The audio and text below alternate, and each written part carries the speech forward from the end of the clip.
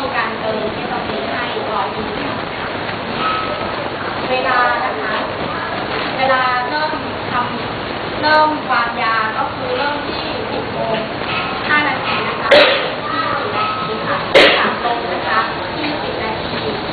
เวลาทั้งหมดที่ใช้อยู่28 นาทีค่ะเสร็จแล้วเราก็ให้ยาแก้นะคะเป็นการให้โดปามีนแต่ว่าก่อนหน้าที่จะให้ยาแก้เนี่ยสัตว์เริ่มขยับตัวในลำขาแล้วเราก็ให้ในนาทีที่เรา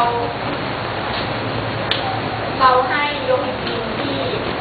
9 จุด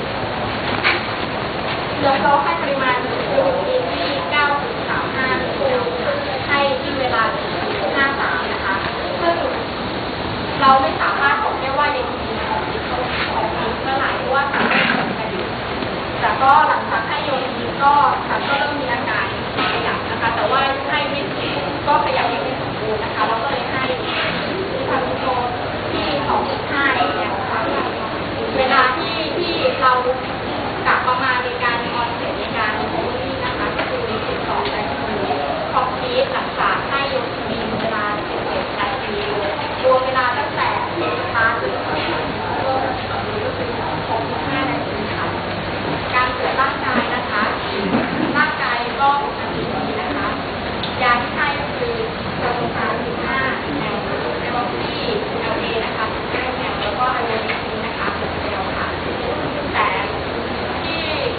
ตอนขณะที่เราถอนท่อเราพบว่าค่ะตอนที่เราเกิดของเกิดเราก็เห็นว่าสัตว์หัวอาหารกินหญ้านะคะตอนที่เราถอนท่อก็พบว่ามีหญ้าอยู่ในปากเลยค่ะพอเราถอนเนี่ยก็มีว่าน่าจะมีหญ้าเข้าไปความสุขก็เลยอยากจะให้ลองสังเกตการอาจจะเกิดเป็นคนเห็นได้นะคะหรืออาหารต่อไป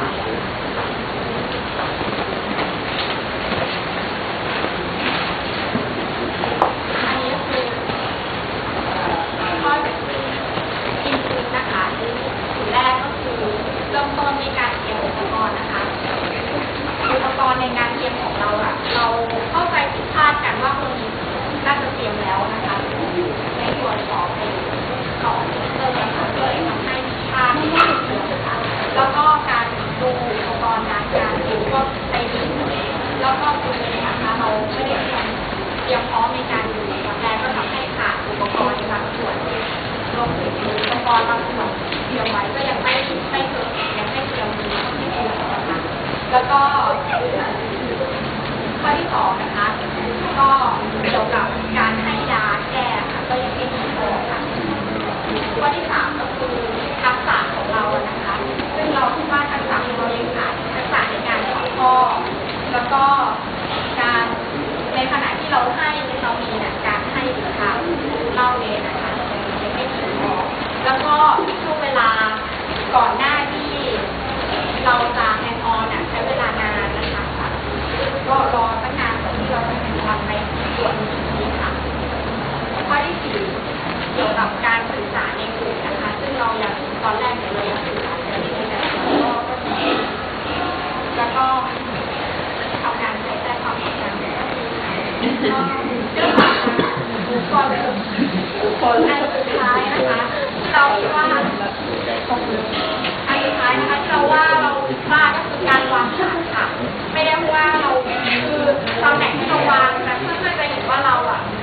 เอาขามาไว้ตรงตำแหน่งกระโปรงนะคะพอเขาฟื้นเนี่ยเขาก็จะฟื้นมีโอกาสขาเขาจะเป็นสีของโครงได้ค่ะก็คือน่าจะปรับที่คิดไว้คือน่าจะอย่างน้อยถ้าจะทำตรงนั้นคือหันก้นสัตว์เข้าไปก็ได้แล้วหันออกมาอาจจะได้มีพื้นที่ในการทำงานมากขึ้นด้วยค่ะแล้วก็ข้อดีนะคะก็คือโดนที่ใช้ในการวางยาก็ดีค่ะแล้วก็ทั้งคนทั้งสัตว์เนี่ยต้องเน้นคู่นะคะแล้วก็การปฏิบัติ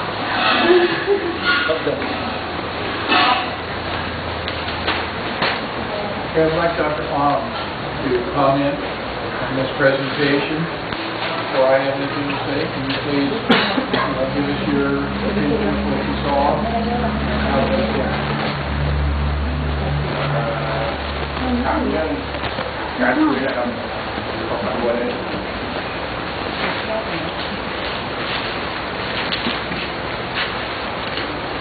จากให้โยอ่ะรอ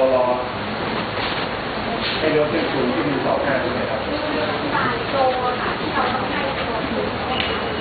แต่ว่าเรียนนะ มันจะได้แค่ 0.057 มิลลิกรัมต่อกิโลกรัมครับคือครึ่งหนึ่งของโดสที่ควรนะครับที่คุณจะได้ แล้วมีทรายอะไรที่แบบบอกหลังจากนั้นว่ามันลดมันเหมือนเดิม ลักษณะของสัตว์ก่อนที่จะให้อาทิตย์คุณนายก็คือมันเริ่มมีการขยับตัวแล้วนะครับแต่หลังจากที่ให้โยนบีแล้วทรายต่างๆมันไม่ค่อยจะดีเทคได้ยากมันเพราะว่ามันก็มีอาการที่มันเริ่มฟื้นตั้งแต่เริ่มอยู่แล้วด้วยเพราะฉะนั้นการขยับหูหรือขยับขามันก็เลยบอกลำบากนะว่าเป็นผลจากโยนิบีหรือว่ามันสามารถที่จะตัดยาอันเดิมออกไปแล้วหมดฤทธิ์ยาหลบไปแล้ว แต่ว่าตอนนี้คือค่อนข้างกันได้เลย ใช่ครับ ถ้าเกิดเรารู้ว่าตอนนั้นเลยว่ามันเป็นเดอร์เราปุ๊บแล้วเราคำนวณปุ๊บว่ามันเป็นเดอร์เราควรให้ต่อไปเลยหรือว่าเราจะรอดู ก็ที่ตัดสินใจให้เท่านี้ส่วนหนึ่งก็คือผมเองก็ตัดสินใจภาพหนึ่งว่าเขาได้ยินว่าสัตว์เริ่มฟื้นแล้วก็เลยตัดสินใจที่จะลดปริมาณโยนินลงนะครับแล้วก็ข้อหนึ่งที่ทำให้คิดที่จะลดปริมาณลงก็เพราะว่าปริมาณไคลาตีนที่เราจะให้ตั้งแต่แรกกับที่สัตว์ได้รับจริงก็ไม่เท่ากับที่เราประเมินไว้ก็เป็น2 เหตุผลที่ทำให้เห็นลดฉะนั้นหลังจากที่เราให้โยนบีเก็บแรกไปแล้วเนี่ยก็เลยไม่เราก็รู้ว่าอันเดอร์โดสเนี่ยก็เลยไม่ได้คิดที่จะให้เพิ่มให้โดสที่เหลือจำนวนที่เหลือเท่าไหร่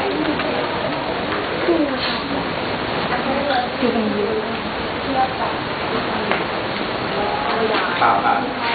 คิดจากน้ำหนักที่ประเมินที่ประมาณ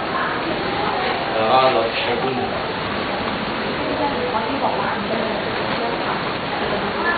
เทียบกับน้ำหนักจริง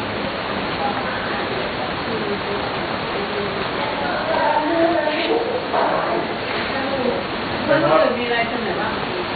ไม่อธิบายก็พื้นดีนะ If I understand right, the dose of yohimbine is low. There is no adverse effects that I know of giving excess yohimbine unless you're giving, way in excess. Because I think on the last beer we gave what, 28 milligrams or something? So how much did we give on this beer?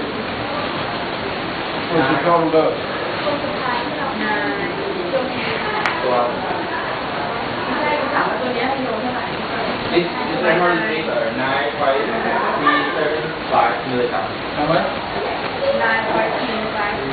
9.25. Get real. How do you get 9.25? I mean, that's probably what you calculate. That's not what you give. Let's round it off to a realistic number, okay? And 9.25, so we gave 3 times that much and had no after effect. I would rather give a good dose of yohimbine, get the animal up, so we didn't have to use the atipamezole, because the atipamezole is expensive. We use atipamezole when we have to, and there was some discussion that our yohimbine may be weak or we may have problems with it, so we need to investigate that. Because I usually gave no more than about 12 and sometimes 16 this year. That's about all I gave for those. Okay. So those are 2 things. I don't worry about giving too much yohimbine, okay? So you don't need to worry about that. If you're worried about it, give it in 2 different times. Give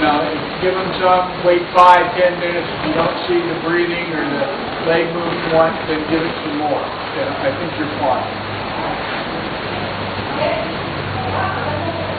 I think another comment, does that need to be translated? Does everybody understand? Because that's an important concept. ต้องแปลไหมคะก็เรื่องโนมิบีกับอัตราคือเนี้ยมันลดเป็น3 วัน3 เท่าต่างแต่จะบอกว่าโลอ่ะคือว่าจะให้ในความประมาณ20หรือว่า16 มิลลิกรัมแกก็ไม่อยากให้เราใช้แอซิปากับห้องเพื่ออยากให้ใช้โลแบบเป็นโดสก่อนในครั้งแรกนะคะเพราะว่าวันนี้ในหลายๆตัวเขาให้แอซิปาแต่จะมีตัวสุดท้ายที่เขาให้โลไป28 มิลลิกรัมมันก็คือดีนะแกก็แบบว่าอยากเรียกว่าโลเยอะเกินไปมันจะมีผลให้โดนเจ็บตัวไปก่อนเพราะว่าเดี๋ยวบางโซนจริงๆมัน350อะไรครับ Okay, I think we had some problems with the initial garden. Dr. Pui is not to be blamed for that. Dr. Borkat had a very simple shot. So we don't hold it against Dr. Pui. But I think we saw that we could get closer to the animals for the vehicle. So that tells us that we have to think about the way we approach it. We had a lot of people walking, trying to corral the animal, push it to Dr. Pui so he could give a shot. That's not what the deer are used to seeing. The deer are maybe used to seeing the truck coming in. One comment is, when you're driving the truck in, the driver should be on the opposite side of the deer, giving Dr. Pui, so he didn't have to get out of the vehicle to go around and try to guard it, so he could dart from inside the vehicle. Okay? ก็เรื่องการยิงสัตว์แรกก็สำคัญมากเราอย่าไปโทษเราก็ปุ๋ยไม่ใช่ว่าเดี๋ยวเราก็ปุ๋ยเลยเหมือนต้องได้มุมพอดีอะไรเงี้ยก็มันก็เป็นแล้วแต่ที่แล้วแต่สัตว์นะเรื่องอย่างเงี้ยก็ต้องคุยกับผู้คนพื้นที่ให้มากหน่อยเพราะว่าอย่างวันนี้อย่างที่เห็นว่าตอนเช้าอ่ะเดินไปเนี่ยคนก็เดินเข้าไปเหมือนว่าก็ไปผลักดันสัตว์ก็ค่อยๆถอยไปเนี้ยแต่การที่สัตว์เขาคุ้นเคยกับขึ้นรถการใช้รถแล้วสามารถเข้าใกล้ได้ง่ายกว่าอย่างเงี้ยแล้วก็เรื่องคนขับก็สำคัญควรจะแบบหันมุมหันอะไรให้คนยิงอ่ะไม่ต้องลงจากรถคือยิงจากต้นรถได้เลยอันนี้ก็เป็นเรื่องที่เราต้องคุยแต่ละพื้นที่มันก็จะแตกต่างกันแต่ว่าก็จะเห็นว่าแรกมันสำคัญมาก Okay, when we got to the animal, we noticed that only 1/2 of our dose had been injected. Now, one thing you can do, if the animal appears to be very light, is to take off the tailpiece, put on a syringe, and inject more pressure behind the dart to inject the rest of the medication. That's something we considered. But the animal was going down slowly, and she mentioned that the induction, the slow induction, was maybe a bad thing. No, I don't think slow inductions are a bad thing. In zoos, I like slow inductions. But if you notice out in the pen, we might have had a slow induction, but the deer had stopped walking. He wasn't going to go too far. He may stand there for another 4 or 5 minutes and go down, but he isn't walking a great distance. So we had him under control. Okay? So slow induction, under those situations, may not be a bad situation. And we explained that we had the option of injecting the rest, but we decided not to. ก็ในตัวที่คุยนะคะก็แบบว่าจะเข้าไม่คอมพิวต์ไปดูความเข้าใกล้ตัวสัตว์เห็นว่ายามันจะอยู่ประมาณที่เราซึ่งก็มีทางเลือกคือว่าบางทีเราก็จะดันยาให้มันเดินไปให้ได้เต็มโดสนะคะแล้วก็มาพูดถึงเรื่องสโลอินดักชันเนี้ยบางคนอาจจะคิดว่ามันเป็นเดินไปก็ไม่ใช่เรื่องแยกตัวไปการที่สัตว์ค่อยๆแรงอาการค่อยลงแล้วต้องไม่เดินไปไกลมันก็จะมีแล้ว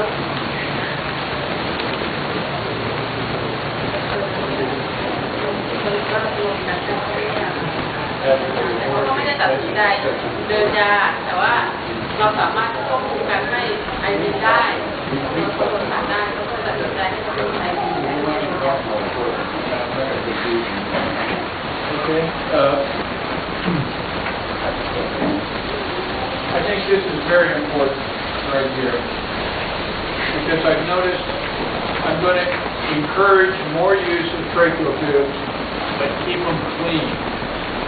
Remember, we don't want to stick a dirty trach tube down the trachea. Okay? So we have to have them clean. They don't have to be sterile. Make sure they're clean. อาจารย์อีกครั้งนึงในเครื่องคิวค่ะต้องสะอาดต้องแบบถอดเองเย็นๆถ้าสกปรกคุณไม่ได้บอกว่าจะเอาจะคอคุณเนี่ยจะไปชมไหมอาจจะไม่ต้องถึงขั้นสเตอร์ไลน์แต่สะอาด I think we did, the dart gun was not a problem. That was just part of the learning stuff, getting it started. I'm not concerned about that. I'm not sure for decision to give reversal drug. What is she in there? เพราะว่าในบริษัทที่เป็นเรื่องแบบ ก็คือเลือกเลยนะเราเลือกวิธีเราทำ That's because there's a sign that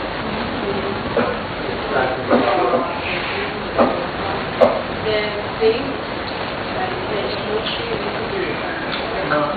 You go total, we talked about that. You get the total reversal. You don't fractionate. Intubation, yes, you need skills on that. But it takes time. I'm glad that you all get a chance to try that, but don't expect that you can do it the first time. I've done it probably close to 500 to 1,000 times. I don't know how many times, but it just takes practice. The ketamine supplement, we've talked about that. And we'll talk about it after the long duration, we talked about that. Work under pressure, get used to it. Okay? That's your job. Okay? If you can't handle it, figure out a way you can handle it. Okay?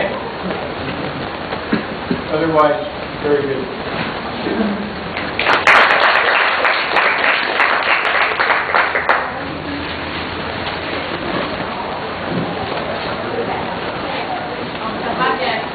Vangไปก่อนเรื่อยๆจะไม่ได้ยินต่อ